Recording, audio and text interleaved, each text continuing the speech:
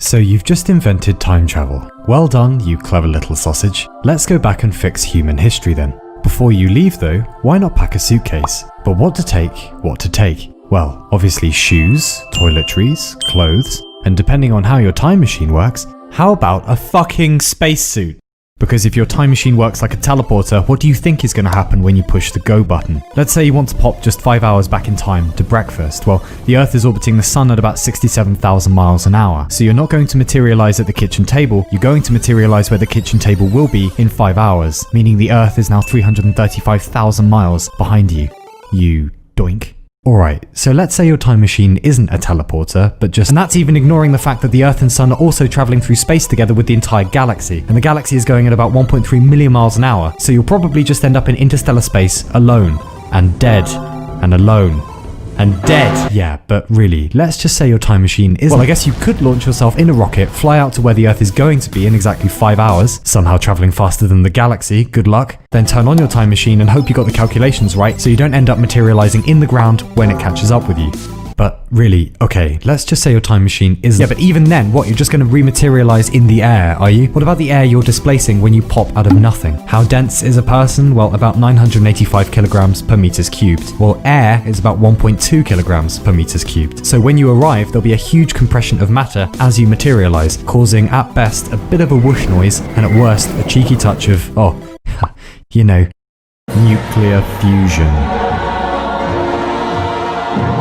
So really, let's assume your time machine isn't a teleporter, but something friendly like a closed time-like curve, or a wormhole, or whatever. Great, so go wrestle Genghis Khan, piss in Caesar's lemonade. Now, down to business. From here in, we'll assume that A, the past can be changed, and B, you're a sociopath. Let's see if we can nudge humanity off in a better direction then, shall we? Step 1, don't be dead. Before going back in time, why not make sure you stay the fuck alive?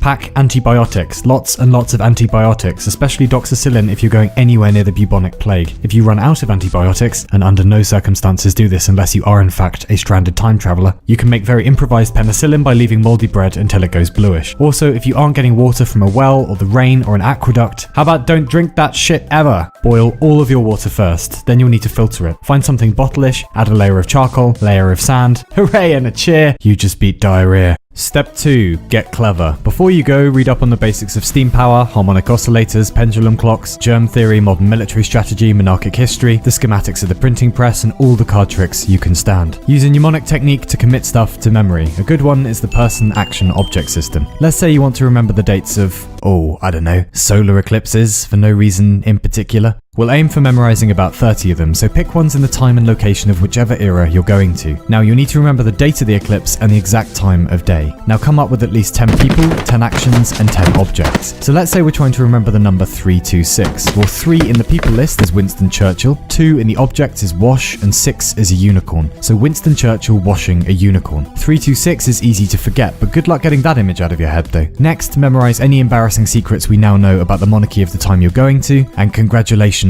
you now have the foresight of a god.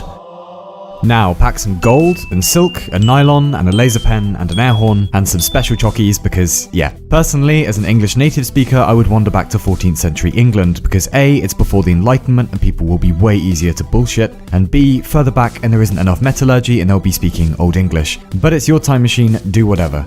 Off your fuck then. Upon arriving, if I were you, I would rig your time machine so you can't possibly go back before whenever you've landed. Otherwise, if you screw up, you might be tempted to go back again and interfere with yourself, creating a shitstorm of temporal paradoxes. Anyway, welcome to the past, it smells weird and everyone talks funny. So step 3 then, become a living deity. But first, remember that English is a bit of a work in progress, and even just decades back from our own century and you'll sound suspicious. Stick to the 100 most common words in modern English and you'll hopefully be alright. Still, if you open your mouth in public, you're boned. Locate someone vaguely trustworthy but not too clever, give them some gold, make sure they understand your instructions. From now on, they speak for you. Next, you need to dress up in all that silk and nylon. Nylon won't be invented until 1935 and silk is still rare in Europe at the time. People will love that shit. Now introduce modern music. The rhythms are so alien that people will immediately flock to it.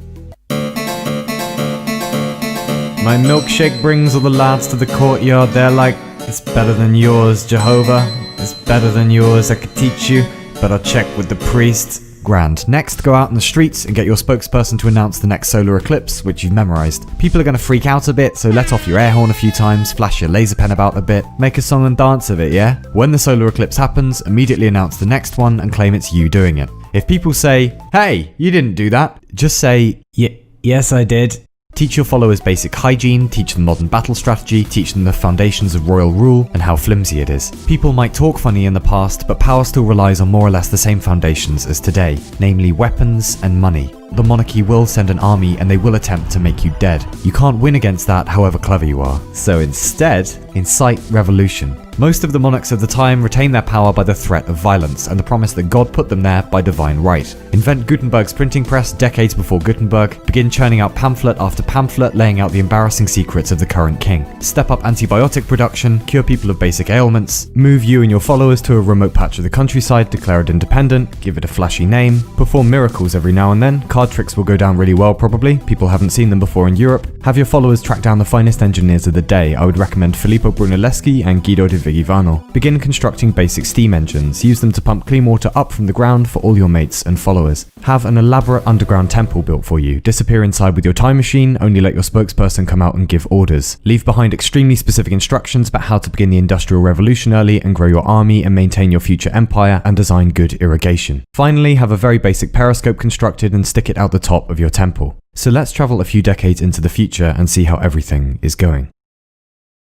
Slowly accelerate the passage of time. Day and night will begin to pass visibly in front of you until the sun appears a single golden line across the twilight sky. The seasons fleeting by in seconds. The fevered commotion of insects no more than a blur, than the flurry of passers-by outside, of generations waxing and waning, of great structures built in your name. The fingerprints of science and philosophy born long before its time. The drumbeat of industry coming alive. The development of modern medicine, of scientific materialism, of the mastery of nature, of the acknowledgement of the right of all humans to exist in a state of international equanimity. The dawn of an age where millions need not die of disease, of hardship, of war. You steer humanity now. There have been leaders and thinkers and sages throughout history, but none of them had your advantages. Now you can refashion history in the image of dignity and kindness and universal concern for every human alive, and all of it presided over by you, half human, half deity, moral, just, indomitable, indefatigable. How noble in reason, how infinite in faculty, in apprehension how like a god. Well, I mean, not a god technically because people can still revolt against you and you can't do anything about it. So let's try a few changes in tactic.